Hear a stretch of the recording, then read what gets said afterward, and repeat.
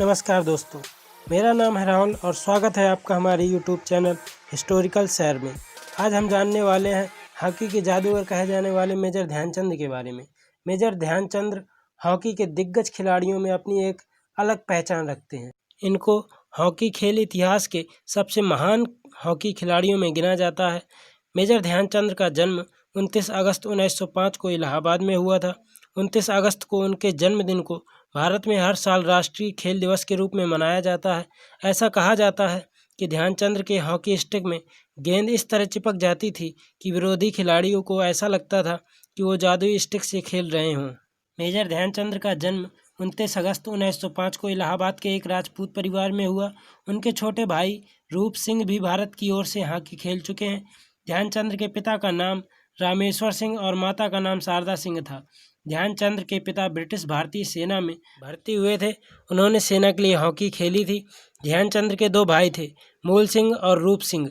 Army में होने के कारण ध्यानचंद के पिता को ट्रांसफ़र की वजह से परिवार को कई शहरों में जाना पड़ा और ध्यानचंद की स्कूली शिक्षा के समाप्त होने के बाद भी 6 साल तक उन्हें अपनी शिक्षा और करनी पड़ी।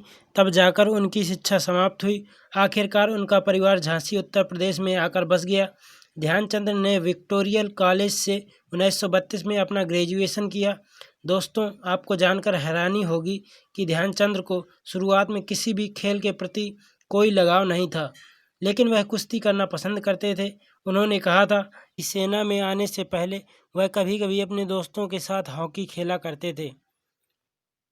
ध्यानचंद को उनके 17वें जन्मदिन पर ब्रिटिश भारतीय सेना में शामिल किया गया। मेजर ध्यानचंद को भारतीय सेना टीम के लिए चुना गया, जो न्यूजीलैंड दौरे के लिए गई थी।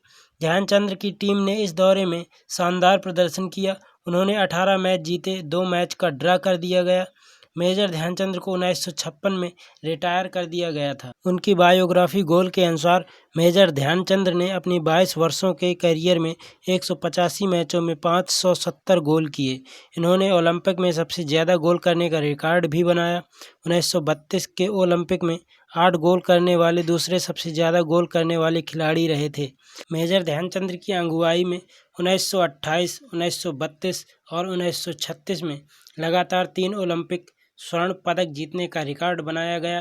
ध्यानचंद जब 40 वर्ष के थे तब भी उन्होंने 22 मैचों में 68 गोल किया था। मेजर ध्यानचंद को 1928 के समर ओलंपिक में भारत का प्रतिनिधित्व करने के लिए चुना गया। भारत ने इस ओलंपिक में हॉकी का स्वर्ण पदक जीता और ध्यानचंद ने फाइनल मैच में 2 गोल किए। उन्होंने 1936 के समर ओलंपिक फाइनल में भी भारतीय हॉकी टीम का नेतृत्व किया, लेकिन उन्हें 1936 के ओलंपिक में भाग लेने के लिए उनकी रेजिमेंट ने अनुमति देने से इनकार कर दिया। हालांकि बाद में उन्हें मंजूरी दे दी गई। 1936 के समर ओलंपिक फाइनल में जर्मनी को 8-1 से हराया। जर्मनी की सरकार द्वारा उन्हें कर्नल पद की पेशकश भी की गई, हालांकि ध्यानचंद ने इसे मना कर दिया। उन्होंने 42 साल की उम्र तक खेलना जारी रखा। 1948 में हॉकी से रिटायर हुए मेजर ध्यानचंद को 1956 में भारत सरकार द्वारा पद्म भूषण से सम्मानित किया गया था। 29 अगस्त को उनके जन्मदिन को भारत के खेल दिवस के रूप में मनाया जाता है। 3 दिसंबर 1979 को उनका निधन हो गया। भारतीय सेना में 34 साल सेवा के बाद ध्यानचंद 29 अगस्त 1956 को मेजर के रूप में भारतीय सेना से रिटायर हुए।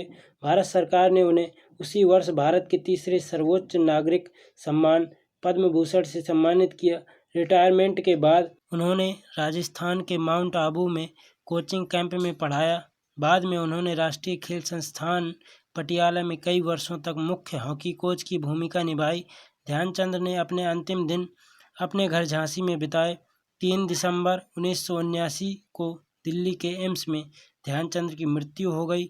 दिल्ली से लाकर झांसी में उनका अंतिम संस्कार किया गया। पंजाब रेजिमेंट ने उन्हें पूरे सैन्य सम्मान के साथ आखिरी विदाई दी।